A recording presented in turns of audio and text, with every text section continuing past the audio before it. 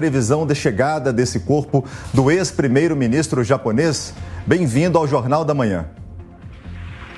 Bom dia a você, Maicon, a Kalina e a toda a nossa audiência. Realmente, esse crime bárbaro que chocou o mundo no dia de ontem, que vitimou o antigo primeiro-ministro do Japão, inclusive o mais longevo da história recente do país. Ficou entre 2006 e 2007 do cargo e depois voltou em 2012 até 2020, quando renunciou por motivos de saúde. Shinzo Abe foi assassinado ontem na cidade de Nara por um antigo militar do país que ficou 3 anos na Marinha com uma arma caseira, já que a própria venda, o porte e a posse de arma no Japão são extremamente restritos. A gente viu que o premier não resistiu, os ferimentos, um dos tiros perfurou o seu coração e não havia muito o que os médicos fazerem naquele momento. O corpo dele está chegando em Tóquio no dia de hoje e o funeral está previsto para acontecer na terça-feira, e será uma cerimônia fechada e pequena, apenas para a família e membros mais próximos do governo, da carreira política de Shinzo Abe. É importante ressaltar que houve grande comoção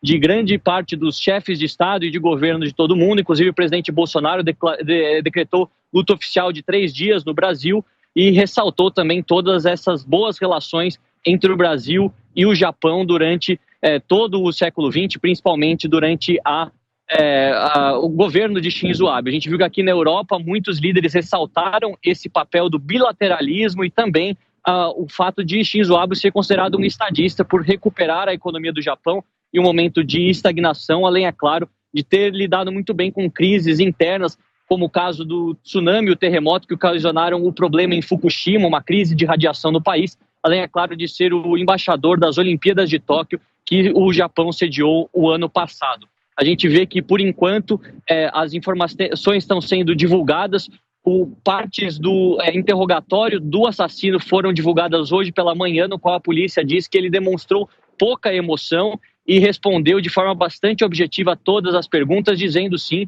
admitindo que foi ele, que tinha desavenças políticas e que não gostava de um certo grupo a qual pertenceria supostamente o ex-primeiro-ministro. O nome do grupo não foi revelado, não sabe se é um grupo financeiro, um grupo político, mas de qualquer maneira ele já está detido e nós sabemos que a pena no Japão é bastante alta, provavelmente ou prisão perpétua, em alguns casos até pena de morte. Tudo será avaliado e também divulgado nas próximas semanas, mas de qualquer maneira, considerando que o Japão tem cerca de 9 mortes por arma de fogo por ano, sendo um país de mais de 125 milhões de pessoas, chamou muito a atenção a forma como se deu e também por se tratar de um primeiro-ministro tão importante da história do país. Luca, tem informações sobre o Tetsuya Yamagami? Esse suspeito foi identificado, ele deve prestar novos esclarecimentos, já está à disposição das autoridades japonesas, ele vai prestar novos depoimentos que pode também elucidar como que ele planejou esse crime? Exatamente, Maicon. Eles estão à procura de ver se ele agiu de maneira solitária, se ele realmente foi induzido a isso, ou se ele faz parte de um grupo de oposição, de repente. Tudo leva a crer que, por enquanto, ele agiu de maneira sozinho, utilizou sua experiência militar, né? Afinal foi do Exército, ficou 3 anos na Marinha, ou seja, sabia como atirar, sabia até também como confeccionar a arma. É importante ressaltar que a arma foi feita na sua própria casa, com cilindros metálicos, não tinha mais do que 40 centímetros, mas tudo muito bem calculado. Alguns dizem até que ela poderia ter disparado 4 tiros e é uma arma descartável, ou seja, como ela é feita de forma caseira e exatamente seguindo instruções que estão disponíveis na internet, ele conseguiu fazer daquela maneira para que 2 tiros fossem disparados. Segundo locais e também alguns vídeos e fotos divulgadas sobre o atentado, a gente vê que o ex-primeiro-ministro Shinzo Abe foi atingido no pescoço e no peito, realmente os ferimentos muito graves, e não deu resposta, não deu possibilidade, melhor dizendo, aos médicos reagirem em tempo hábil, considerando como foi profundo essa bala e também o tempo que levou até ele chegar no hospital. O país está realmente chocado. O atual primeiro-ministro do Japão, Fumio Kishida, também decretou luto, disse que seu partido e todo o povo japonês lamentam muito porque reconhecem a violência do crime e também a importância histórica de Shinzo Abe para a história recente do Japão, ressaltando que ele não só foi primeiro-ministro em 2 ocasiões, e também aquele que ficou mais tempo no poder, mas ele vem de uma família da realeza política do Japão, se assim podemos dizer. Seu pai foi ministro das Relações Exteriores nos anos 80, Shintaro Abe, além, é claro, do seu avô materno ter sido primeiro-ministro do Japão, ou seja, a família dele também é muito querida, ele é um político conservador, de um viés mais nacionalista, mas sempre aberto ao diálogo com as outras facções políticas no Japão e também aberto ao multilateralismo diplomático, tanto na Ásia, nas questões internas relacionadas à China, à Coreia do Norte, à Coreia do Sul, Taiwan, como também com o resto do mundo, principalmente com a União Europeia e os Estados Unidos. Também ele que já visitou a América Latina e também tinha boas relações com o Brasil, considerando a grande colônia japonesa que nós temos no nosso país. Luca, o grande desafio agora das autoridades japonesas é descobrir como que ele conseguiu montar essa arma caseira. E você tocou num ponto muito importante, porque as leis no Japão são extremamente rígidas. Agora, o desafio das autoridades é saber como que esses produtos acabaram chegando na mão de Tetsuya Yamagami.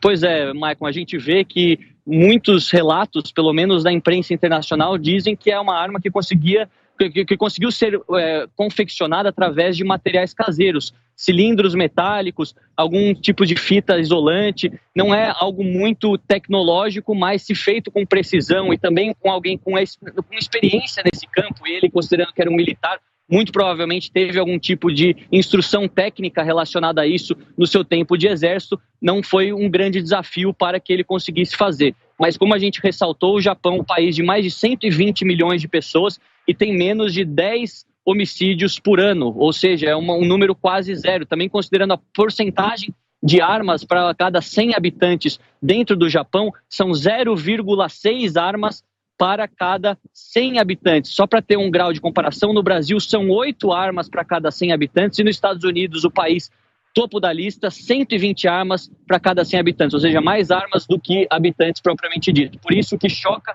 o mundo, realmente não é um país violento, não tem nenhum histórico de violência armada, principalmente em relação aos políticos, exatamente por ser um país muito seguro. A campanha eleitoral na qual estava a Shinzo Abe, né, afinal amanhã temos eleições legislativas no Japão, a campanha eleitoral se dá de maneira muito próxima ao eleitorado, em cidades pequenas, onde os políticos cumprimentam os eleitores e falam bem próximo à população, dão os seus discursos em palanques pequenos, sem um sistema muito avançado de segurança, por considerar que o país não tem esse problema generalizado de violência armada ou violência urbana. Então o país está realmente chocado, além, é claro, da comunidade internacional, por saber desse histórico tão positivo do Japão, por ser um país pacífico e também onde nos últimos 70 anos, pelo menos depois da Segunda Guerra Mundial, a democracia sempre foi respeitada e ideias divergentes foram sempre travadas no campo democrático e do diálogo, não no campo da violência e também do assassinato, como a gente viu que aconteceu ontem. Tá certo. As informações direto com Luca Bassani sobre o atentado que aconteceu no Japão. E a partir de agora eu chamo o nosso comentarista Roberto Mota, no Grupo Jovem Pan de Comunicação. Mota, muito bem-vindo ao Jornal da Manhã. Um atentado que chocou o mundo, Mota. E o que aconteceu no Japão se volta aos olhares aqui para o Brasil sobre o risco de políticos, né, de aparições públicas que podem sofrer hostilizações. Seja muito bem-vindo ao Jornal da Manhã, Mota. Muito obrigado, Maicon. Bom dia a você, bom dia, Kalina, bom dia a toda a nossa audiência que acordou cedo para nos acompanhar. Pois tem muita gente fazendo comentários, análises desse caso. É preciso, entretanto, Maicon, a gente entender as diferenças entre o Japão e o Brasil, e as diferenças são grandes. Segurança numa campanha eleitoral, especialmente numa campanha presidencial, é sempre importante, ainda mais segurança num país como o Brasil, que está entre os recordistas em crime violento ainda no mundo, apesar da queda que a gente verificou nos últimos anos. Mas o Japão é um país com uma história complicada. Não é correto se descrever o Japão como um paraíso de calma e paz. O Japão tem uma história meio complicada. O Japão é uma das sociedades mais antigas do mundo. As ilhas japonesas já eram habitadas desde 30 mil anos antes de Cristo. O Japão, até os anos 1800, era uma nação muito fechada. A economia, o Japão foi aberto para o mundo exterior, literalmente, a tiros de canhão, pelo almirante Matthew Perry, né, um almirante americano que foi lá e mandou bala e aí o Japão resolveu se abrir para o mundo.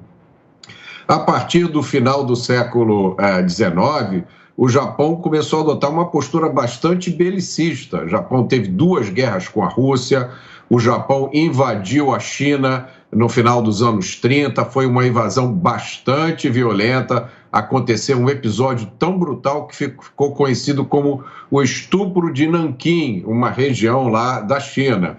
E o Japão, na Segunda Guerra Mundial, entrou na Segunda Guerra Mundial com aquele ataque covarde a Pearl Harbor.